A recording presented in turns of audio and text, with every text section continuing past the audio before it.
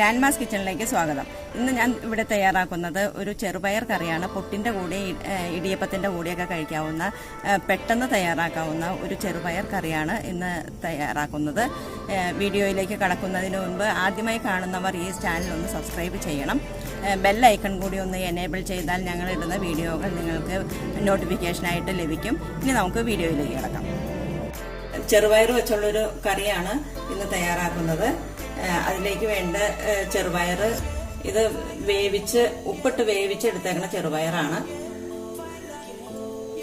ഇവിടെ മാറ്റി വെക്കുക. പിന്നെ ഇതിലേക്ക് മെയിനായിട്ട് വേണ്ടത് കുറച്ച്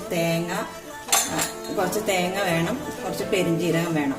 ഇത് രണ്ടും ഒരല്പം വെള്ളം ഒഴിച്ചൊന്ന് അരച്ചെടുക്കാം.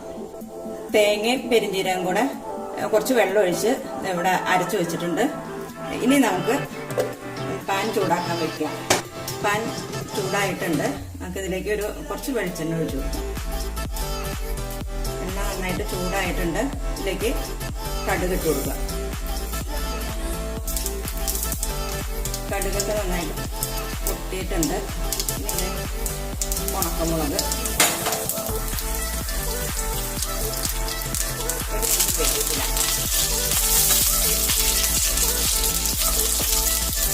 ഇതിലേക്ക് ഒരു 1/4 ഭാഗം സവാളയാണ് ഇത് അരിഞ്ഞു വെച്ചതിനകത്ത് ഇട്ട് കൊടുക്കുക.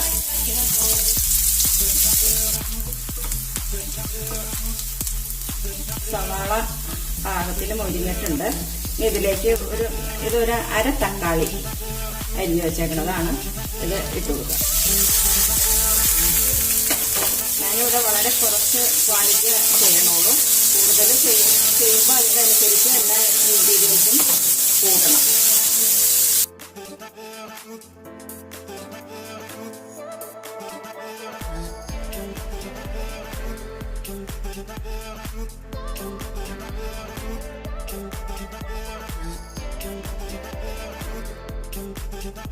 തക്കാളി ചെറുതായിട്ട് വഴന്ന് വന്നിട്ടുണ്ട്. ഇതിലേക്ക് ഒരു 1/4 ടീസ്പൂൺ മഞ്ഞൾപ്പൊടി, 1/2 ടീസ്പൂൺ മുളക് പൊടി ഇത് ഇട്ട് കൊടുക്കാം. ഇതിലേക്ക് വേറെ മസാലകളോ അങ്ങനെയൊന്നും ചേർക്കേണ്ട ആവശ്യമില്ല. പെരുംജീരകം ഇട്ട് തേങ്ങ അരച്ചു വച്ചിട്ടുണ്ട്. അതിന്റെ ഒരു ആവശ്യം മാത്രമേ വരുന്നുള്ളൂ. ഇതിലേക്ക് നമുക്ക് അരച്ചു വെച്ചിരിക്കുന്ന തേങ്ങ ഒഴിച്ചു കൊടുക്കാം. കുറച്ച് വെള്ളം ഒഴിച്ചതൊന്ന് കഴുകി ഒഴിച്ചു കൊടുക്കാം.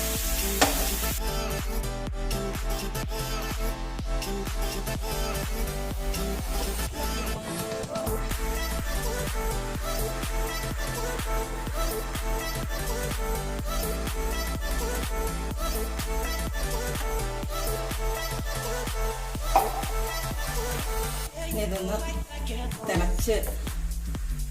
തിളയ്ക്കാൻ തുടങ്ങുമ്പോഴത്തേക്കും നമുക്ക് ചെറുപയറും ഇട്ട് കൊടുക്കണം. ഈ കറിയിൽ ഇതുവരെ ഉപ്പൊന്നും ഇട്ടിട്ടില്ല. ചെറുപയർ ഉപ്പിട്ട് വേവിച്ചേക്കണതാണ്. അതുകൊണ്ട് ഈ ചെറുപയറും കൂടെ ഇട്ട് നോക്കിയിട്ട് വേണം. ഉപ്പ് പാകത്തിനാണെങ്കിൽ പിന്നെ ഉപ്പിടേണ്ട ആവശ്യമൊന്നുമില്ല.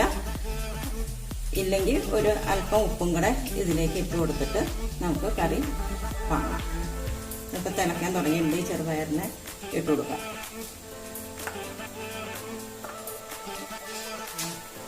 ഈ ഒന്ന് ചെറുതായിട്ട് കുറച്ച് വെക്കുക, അല്ലെങ്കിൽ പെട്ടെന്ന് വെള്ളം വറ്റിക്കും.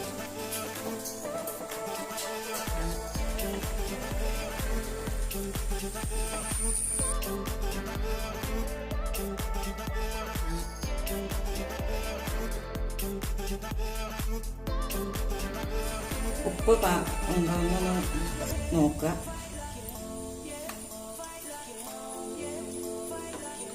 ഉപ്പ് കുറവാണ്.